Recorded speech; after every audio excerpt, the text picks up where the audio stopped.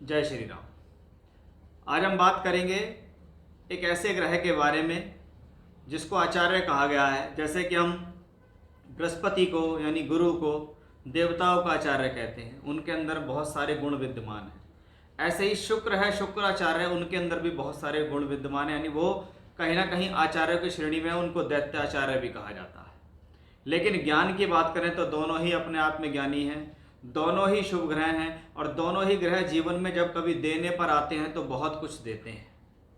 ऐसा ही एक ग्रह है हमारा शुक्र ग्रह, कि शुक्र ग्रह से 7 घर आगे आपका विवाह और वैवाहिक संबंध के हालात पता लग सकते हैं कि क्या आपका वैवाहिक जीवन कितना ज़्यादा सुखी है या दुखी है, क्योंकि शुक्र ग्रह को बहुत ज़्यादा मान्यता विवाह और विवाह के संबंधों में दी गई है। जैसा कि आप जानते हैं कि काल पुरुष की कुंडली मेष लगन की कुंडली है और उसके 7वें घर का स्वामी शुक्र है, तो 7वें घर का कारक भी शुक्र है, यानी उस भाव को चलाने वाला और उस भाव की सुंदरता यानी ब्यूटी देने वाला जो प्लैनेट है वो शुक्र प्लैनेट है। इसलिए शुक्र ग्रह का स्वस्थ होना जरूरी है।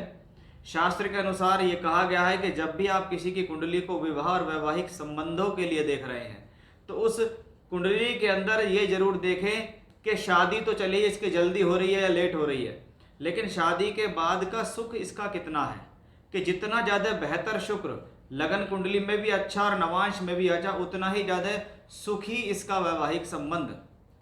और जितना ज़्यादा दूषित शुक्र लगन कुंडली में है और नवांश कुंडली में है, उतना ही ज़्यादा दूषित उस व्यक्ति विशेष का वैवाहिक संबंध होते हैं, उसकी ब्यूटी ऑफ मैरिज खराब होती है। ऐसा ही प्लैनेट है शुक्र ग्रह, जिसको हम विवाह की सुंदरता के लिए जानते हैं कि आप किसी हॉरोस्कोप को देख के कैसे पता लगा सकते हैं कि भाई इसकी अंदरूनी रूप से जो वैवाहिक संबंध है वो कैसा है। बहुत बार बहुत से हॉरोस्कोप देखिए, क्योंकि शुक्र ग्रह अमूमन देखा जाए तो सूर्य के एक घर आगे पीछे या उसके साथ होता है, इसलिए सूर्य का इसका निकट होना खराब माना जाता है, क्योंकि सूर्य इसको हमेशा अस्त करने की कोशिश करते हैं और शुक्र और सूर्य की हमेशा से शत्रुता रही है। इसलिए सबसे पहले देखें कि शुक्र अस्त तो नहीं है। शुक्र का अस्त होना ही शुक्र के कारकत्वों में कमी देता है। दूसरा, शुक्र ग्रह क्या राहु केतु अक्ष पर तो नहीं है। तीसरा, शुक्र ग्रह के ऊपर शनि और मंगल जैसे ग्रहों की दृष्टि तो नहीं है। अगर ये सारी स्थितियां स्टेप बाय स्टेप पूरी हो रही हैं तो आपका शुक्र बेहद खराब और पीड़ित है। अब बेहद खराब और पीड़ित है तो आप जीवन में हमेशा इस बात को तरसते रहेंगे कि मेरे जीवन में मुझे ब्यूटी ऑफ मैरिज नहीं मिला। उसके साथ अगर सप्तम भाव सप्तमेश भी पीड़ित हो जाता है तो कह देते हैं वो विवाह खत्म हो गया। और सप्तम भाव सप्तमेश मजबूत है, सिर्फ शुक्र पीड़ित है तो क्या है, विवाह है, लेकिन विवाह में खूबसूरती नहीं है। और जिनका शुक्र बहुत बली है वो कहीं ना कहीं अपने वैवाहिक संबंधों को सुखी और मजबूत कर लेते हैं। इसलिए इसको सबसे पहला काम है कि शुक्र जहां बैठा है उसमें शुक्र की स्थिति को देखो कि वे शुभ है या अशुभ, लगन में और नवांश में, दोनों में। लगन में पीड़ित है, नवांश में नहीं है, यानी स्थितियां बाद में सुधरेंगी। लगन में पीड़ित नहीं है और नवांश में पीड़ित है तो स्थितियां सुधरेंगी नहीं, स्थितियां और ज्यादा बिगड़ जाएंगी, क्योंकि नवांश कुंडली ही बाद में फुल डिसीजन यहां हमें देती है। अब शुक्र से 7 घर आगे यानी शुक्र से सप्तम भाव, और शुक्र से सप्तम भाव कोई ना कोई ग्रह तो वहां होगा। भाई अगर किसी का खाली है तो हम उसको उस हिसाब से देखेंगे कि उस भाव में कौन से राशि का स्वामी बैठा है। फॉर एग्जाम्पल शुक्र से 7वें घर में अगर हम यही बात करें कि वो भाव खाली है, तो खाली भाव का मतलब है कि उस भाव का तो कोई स्वामी होगा, उसको देख लो। अगर भाव खाली है तो उसके ऊपर कोई ना कोई दृष्टि होगी। अगर शुभ दृष्टि है तो शुक्र से 7वां यानी आपके वैवाहिक कारक से 7वां घर, आपके विवाह की सुंदरता देने का घर। इसको आप इस तरीके से भी देख सकते हैं कि भाई जैसे हम लगन से 7वां घर विवाह वैवाहिक संबंध के लिए देखते हैं, इसी प्रकार से शुक्र से 7वां घर आप देखेंगे वैवाहिक सुख के लिए, कि अगर शुक्र से 7वें घर पे शुभ प्रभाव है तो ये वैवाहिक सुंदरता के लिए अच्छा है, और शुक्र से 7वें घर पर अशुभ प्रभाव है तो वैवाहिक सुंदरता में कमी है। अब फॉर एग्जाम्पल शुक्र से 7वें घर में चंद्रमा बैठा है, तो शुक्र क्या है, ब्यूटी ऑफ मैरिज भी है और विवाह भी है। तो आपसे 7वां यानी शुक्र से 7वां आपके जीवन साथी या उसकी स्थिति को भी दर्शाता है। शुक्र से 7वां घर में अगर चंद्रमा है तो ये क्या होगा, चंद्रमा हमारे मन को रिप्रेजेंट करता है, चंद्रमा जीवन में ख्यालात को रिप्रेजेंट करता है। तो ये आपके जीवन साथी के ऊपर प्रभाव डालेगा कि आपका जो जीवन साथी होगा उस कहीं ना कहीं उसके जीवन में मूड स्विंग देखने को मिलेगा। कभी वो खुश रहता है, कभी वो नाराज रह सकता है। अगर उस चंद्रमा पे शुभ प्रभाव ज़्यादा है तो वो बढ़िया है, अशुभ प्रभाव ज़्यादा है तो उसकी मानसिकता की वजह से आपके वैवाहिक संबंधों में समस्या आती है। अगर वो चंद्रमा खुश है, मान लीजिए शुक्र से सप्तम भाव में चंद्रमा बैठा हुआ है और वो बली है, मतलब सूर्य से दूर है तो भी बली माना जाता है, उस पर शुभ प्रभाव है तो बली है, तो आपके वैवाहिक जीवन के अंदर संपन्नता होगी, गुण होंगे, सुख शांति होगी, जीवन साथी आपको सहयोग करेगा, जीवन साथी का प्रकृति और प्रवृत्ति कलात्मक रवैये की होगी, वो अपने घर के अंदर कुछ ना कुछ क्रिएटिविटी करने वाला होगा। आपके वैवाहिक सुंदरता को कैसे बनाया जाए, वैवाहिक सुंदरता को कैसे एडजस्ट किया जाए, वो गुण उसके अंदर होते हैं। इसके विपरीत शुक्र से सप्तम भाव में चंद्रमा बैठा हुआ है तो हम क्या कहेंगे कि भैया ये चंद्रमा दूषित है। दूषित है तो आपके जीवन साथी का जो माइंड है ये उसको फ्लक्चुएट करता है, उसके माइंड में नेगेटिविटी देता है, उसकी खराब सोच विचार देता है, बिना वजह की सोच से आपके वैवाहिक संबंधों में प्रॉब्लम देता है। तो हमें यहाँ चंद्रमा का बल जरूर देख लेना चाहिए। जितना ज़्यादा चंद्रमा स्वस्थ होगा उतना ज़्यादा आप स्वस्थ होंगे, आपका वैवाहिक संबंध स्वस्थ होगा। क्योंकि शुक्र से सप्तम में चंद्रमा है, यानी शुक्र और चंद्रमा दोनों एक दूसरे को देख रहे हैं। शास्त्र के हिसाब से शुक्र चंद्र का एक दूसरे को देखना और एक साथ होना एक लक्ष्मी योग का निर्माण करता है। ये स्थिति इस बात को बताती है कि शुक्र से चंद्रमा यदि सप्तम भाव में बैठा है तो हम जानेंगे कि भैया आपका वैवाहिक संबंध शुभ है, आपके वैवाहिक यानी विवाह के बाद आपके जीवन में धन आगमन के संकेत अच्छे हैं और ये एक लक्ष्मी योग बनता है। तो बहुत बार जीवन साथी भी आपको धन लेकर आने वाला या धन देने वाला या अपने कमाई के जरिए आपको जीवन में धन देने से सक्षम होगा। ये भी हम शुक्र से सप्तम में चंद्रमा से देखते हैं। अब सूर्य और बुध तो हमेशा साथ में रहते हैं, लगभग आसपास रहते हैं शुक्र के, तो वो तो इससे सातवें घर में आ नहीं सकते। अब शुक्र से सप्तम भाव में मंगल हो, अब मंगल आपके जीवन साथी को रिप्रेजेंट करानी, आपका जीवन साथी हिम्मती है, मेहनती है, साहसी है, पराक्रमी है, लेकिन कुछ क्रोधी और कुछ जल्दबाज किस्म का भी है।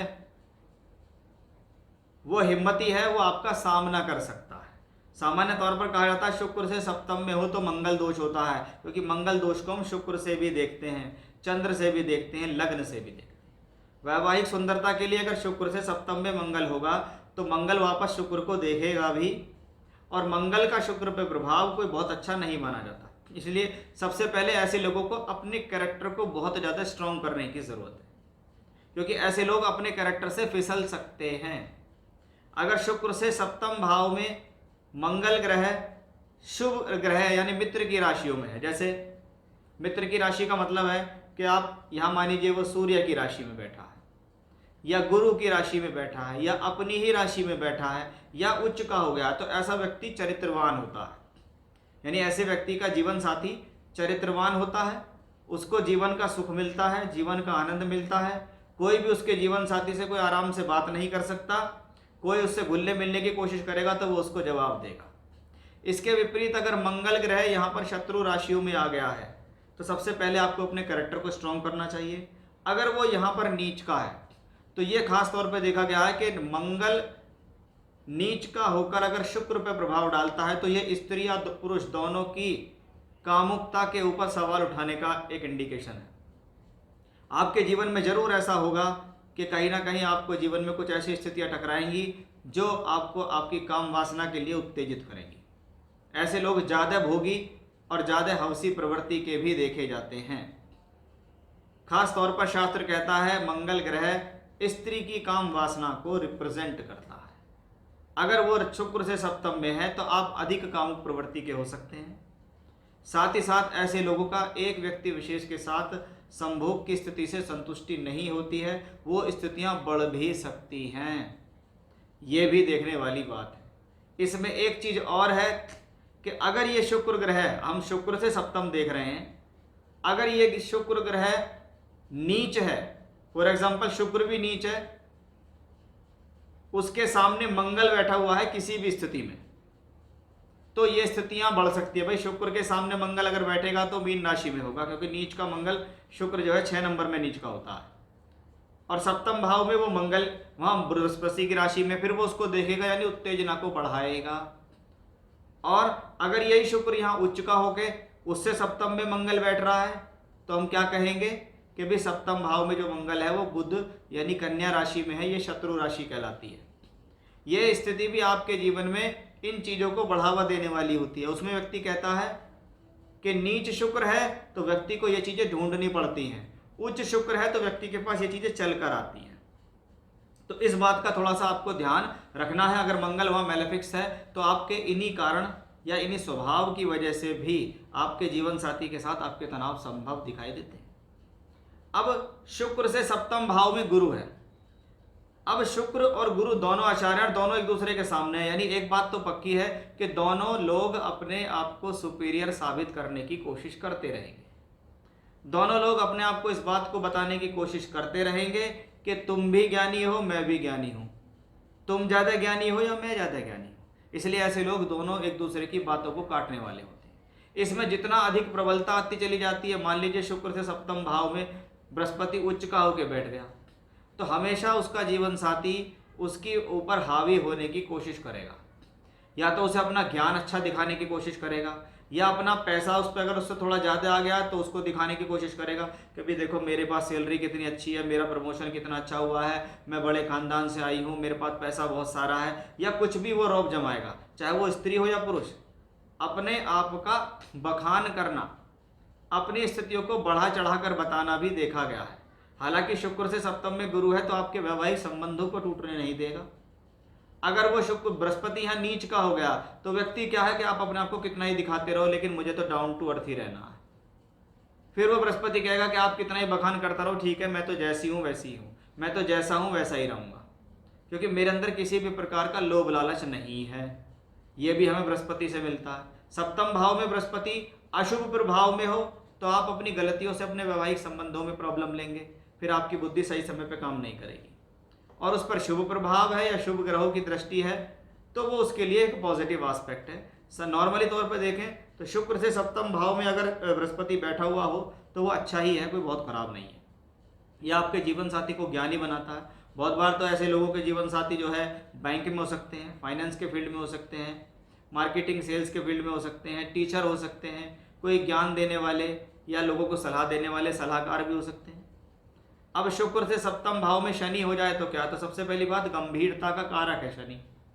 तो कभी कभी ये स्थिति क्या है, क्योंकि शुक्र से सप्तम में शनि है तो शनि वापस शुक्र को देखेगा, तो ये विवाह में विलंब करा सकता है। अपने से बड़े उम्र के जीवन साथी से विवाह करा सकता है। अपने से बड़े लोगों उम्र के लोगों के साथ आपका अट्रैक्शन जरा कर सकता है। यानी ऐसे लोगों को देखा जाता है कि भी जो है ऐसे उन्हें अपनी उम्र के उससे कम के लोग पसंद नहीं आ रहे हैं, उनको अपने से बड़ी उम्र के लोगों के प्रति उनका अट्रैक्शन हो रहा है। शुक्र से शनि सप्तम भाव में आए और शनि मजबूत हो, मजबूत का मतलब है मान लो उच्च का है या स्वराशि का हो गया है या मित्र की राशि में पहुंच गया है, तो ऐसा शनि बली है। आपकी सामाजिकता को बनाए रखता है, आपके मान सम्मान को बनाए रखता है। आप अपने विवाह वैवाहिक संबंध को चलाने के लिए पूरी तरीके से प्रयासरत रहते हैं। आपका जीवन साथी भी आपके लिए बहुत लॉयल होगा, ईमानदार होगा, अपने संबंधों में बड़ा मजबूत होगा, आपके सम्मान को नहीं गिरने देगा, आपको ससुराल पक्ष से भी सम्मान दिलाएगा। ये शनि सप्तम भाव में। और ये शनि अगर यहाँ अशुभ है, फॉर एग्जाम्पल नीच का है, शत्रु की राशि में, तो खास तौर पे चंद्रमा की राशि में आ गया, सूर्य की राशि में आ गया, नीच का हो गया, तो ये आपके वैवाहिक संबंधों में तनाव देगा। फिर आपको क्रोध भी दे सकता है, चिड़चिड़ाहटपन भी दे सकता है, वैवाहिक संबंधों में वहम भी डाल सकता है, प्रॉब्लम भी दे सकता है।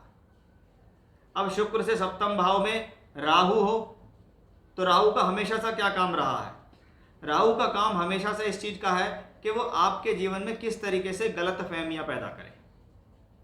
तो सबसे पहला काम है शुक्र से 7वें घर में अगर राहु की स्थिति दिखाई दे रही है तो ये आपके जीवन साथी के साथ आपके गलत रिश्ते बिना वजह की बातों को लेकर क्रिएट कर सकता है, क्योंकि सप्तम भाव राहु का है। अब वहां पर सप्तम भाव में राहु है, वहां पर आपका जीवन साथी रिप्रेजेंट हो रहा है, तो बहुत बार आपके जीवन साथी के स्वभाव में भी तनाव आ सकता है। उनका स्वभाव कुछ अड़िग और अड़ियल प्रवृत्ति का हो सकता है। वो कोशिश ये करेगा कि मैं अपनी चलाऊं, वो कोशिश रहेगा वो सामाजिकता से हटके चले, वो कोशिश करेगा कि वो किसी की बात ना सुने, अपनी चलाए। इसकी इन्हीं बातों को लेकर उसके घर परिवार में भी कलह हो जाते हैं, क्योंकि शुक्र से 7वें घर में राहु है, तो वो इस प्रकार की, क्योंकि उसको लग्जरी पसंद है, उसको आज़ादी पसंद है, उसको बांधना पसंद नहीं है। तो जिन लोगों के जीवन साथी यानी आपकी कुंडली के अंदर शुक्र से सप्तम में अगर राहु है, तो आप राहु जैसा प्रभाव अपने जीवन साथी के अंदर देख सकते हैं कि भैया ये किसी के दबे बसे में नहीं रह सकता या नहीं रह सकती, ये स्वभाव में अड़ियल भी होगी, समय आने पर जवाब भी देगी, कुछ भी कर सकता है या कर सकती है। केतु हमेशा से गलतफहमियों का कारक रहा गया है। केतु के लिए कहा गया है छुपावट, कि शुक्र से सप्तम भाव में अगर केतु है तो ऑलरेडी राहु शुक्र के साथ ही होगा। तो ऐसे लोगों के जीवन में छुपे हुए संबंध भी देखे गए हैं। ऐसे लोगों के जीवन में छुपावट होती है, ऐसे लोगों के वैवाहिक संबंधों में छुपावट होती है। ऐसे लोग जीवन में बहुत कुछ अपने अंदर समाये हुए रखते हैं और उनकी कोशिश रहती है कि कहीं मेरे जीवन साथी को ये सब चीज़ें पता ना लग जाएं, कहीं मेरे जीवन साथी को ये सब कुछ पता ना लग जाए। तो उनके जीवन में बहुत चीज़ें छुपाने लायक होती भी है, क्योंकि वो कुछ ऐसे कर्म करते भी हैं जो छुपावट से भरे हुए होते हैं। बहुत बार किसी थर्ड पर्सन के इन्वॉल्वमेंट से, किसी स्त्री या पुरुष के इन्वॉल्वमेंट से उनके जीवन में, उनके वैवाहिक संबंधों में कह सकते हैं कि भैया पीड़ा परेशानी हो सकती है, समस्या आ सकती है, अलगाव जैसी स्थिति हो सकती है कि भाई केतु 7वें घर में है शुक्र से, और उस पर मान लीजिए मंगल शनि का प्रभाव भी पड़ गया, या मंगल शनि वहाँ बैठ गए या दृष्टि दे दी, तो आपका वैवाहिक संबंध ध्वस्त हो गया। और ध्वस्त होने के पीछे आपका कैरेक्टर भी रीज़न हो सकता है, किसी अन्य व्यक्ति विशेष के साथ आपके संबंध भी इसके रीज़न हो सकते हैं। तो ये सारी चीज़ें हमें शुक्र से सप्तम से देखनी चाहिए। इसलिए हमेशा से देखें कि शुक्र से 7वां घर कितना ज़्यादा स्वस्थ है। जितना ज़्यादा शुक्र से 7वां घर स्वस्थ होगा, उतना आपका वैवाहिक संबंध अच्छा होगा, और जितनी प्रॉब्लम्स होंगी उतना आप समझ लीजिए कि आपको कहाँ कहाँ समस्या आ सकती है और कौन ग्रह आपको क्या दे सकता है। तो ये था हमारा आज का बहुत ही खास विषय कि भाई शुक्र से 7वां घर और आपका वैवाहिक सुख दुख। बने रहिएगा इसी प्रकार हमारे साथ। जय श्री राम।